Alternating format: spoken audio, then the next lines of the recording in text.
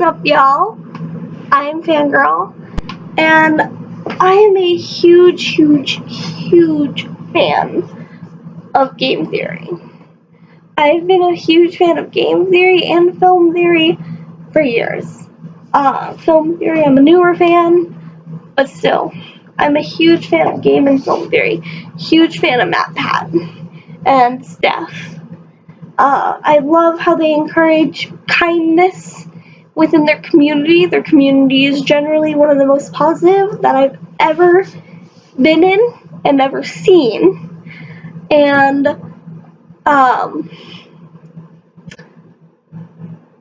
anytime there's disagreements, they're super polite about it, generally speaking. And Steph and Pat seem to encourage a love of learning and a love of science in particular. And I absolutely love that. And so, because I'm such a fan, and I would love to have them notice me, I wrote a theory. Because I figured, what better way than to catch the attention of a theorist than to be one yourself? So, let's get started. My theory is that Phoenix has some Fae family blood in his bloodline somewhere. So, first I want to break that down by defining what Fae means.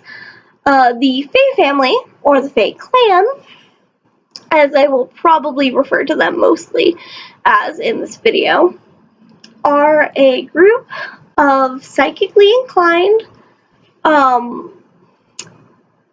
family, a bloodline that is psychically inclined. They have a deep connection to the spirit world, most of the Fae family women being spirit mediums, able to channel spirits in a technique that is specific to their village, called the Karain technique. So now that we've defined the Fae family, let's move on to Phoenix. The first thing is his ability to break psych locks.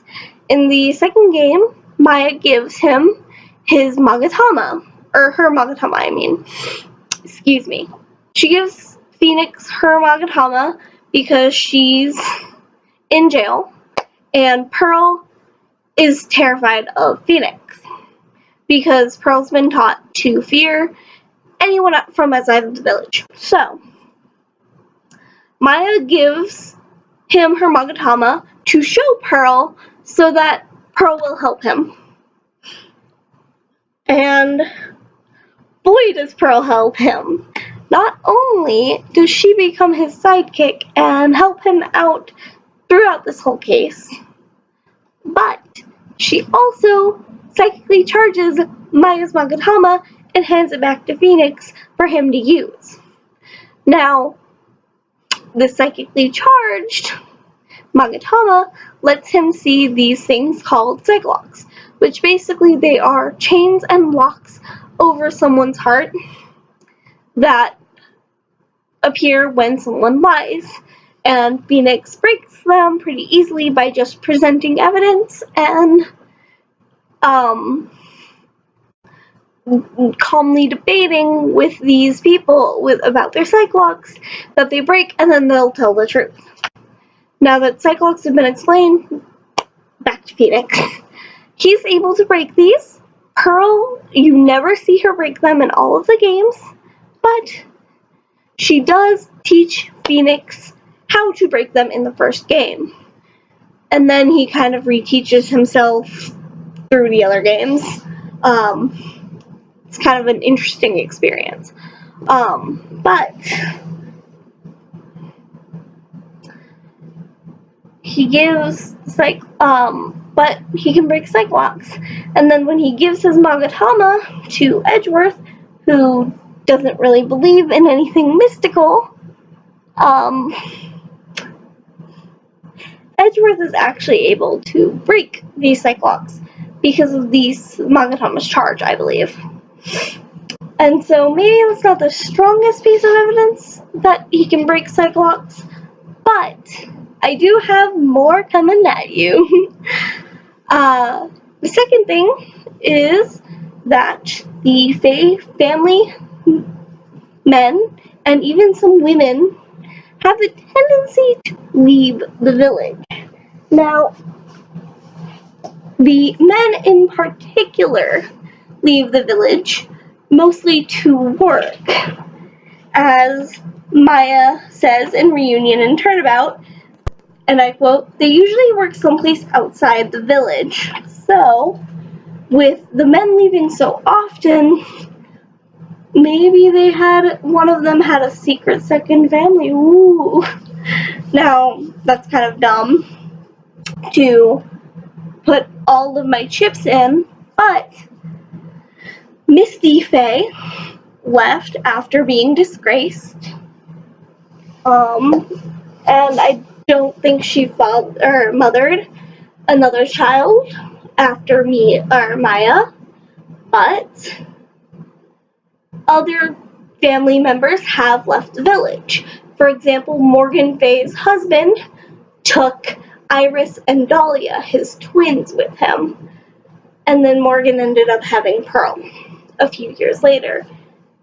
So when you meet Pearl, she's 7 or 8.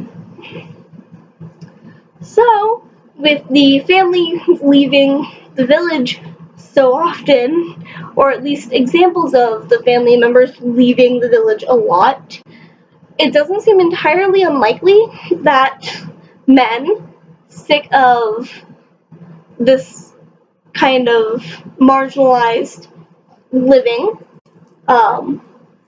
since the Faye family women are the ones that get all the attention, it makes sense to me that somewhere along the line, a Faye family, a Faye-born male, would leave and then start his own family outside of the village.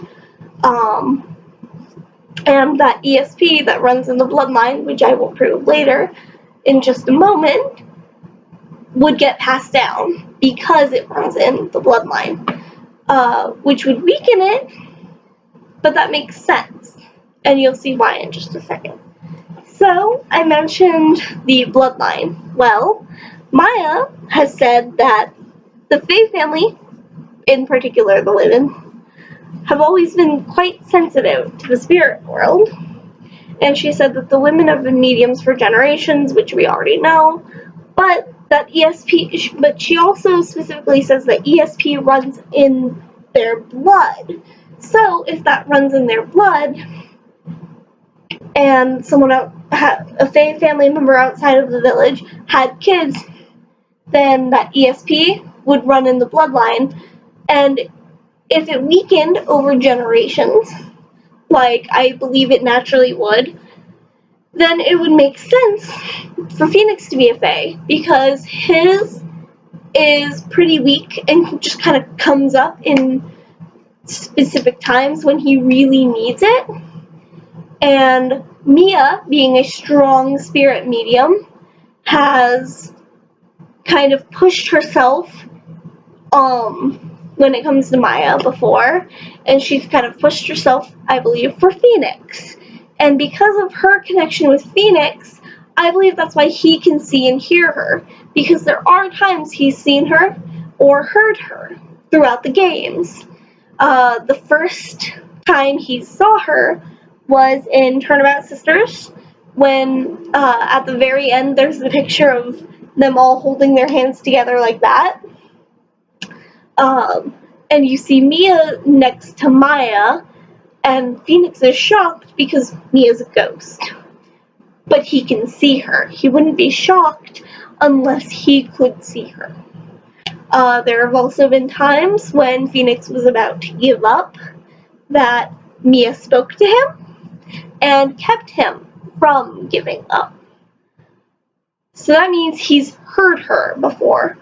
And so, if he's a Fae family member, like I believe, and the ESP has been weakened through the bloodline, which would make sense. Is the further away and more diluted that the Fae family bloodline is within him, the less sensitive he'd be, which is why he needs the Magatama in order to break Cyclops, and why Edgeworth can when he has it, is because that's something that if you have the Magatama you can do, but also he can see and hear Mia, but it makes sense that she'd be the only one he'd be able to hear or see because he actually had a connection with her. She was his mentor. He cared about her and she cared about him. They were together in this world, when she was alive, I mean. And so, since he can only see and hear her when it comes to ghosts, to me, it makes total sense that he'd be a Fae, because if the ESP is in the bloodline and he has it just somewhere down the road, it would naturally be weaker, as I've said. And so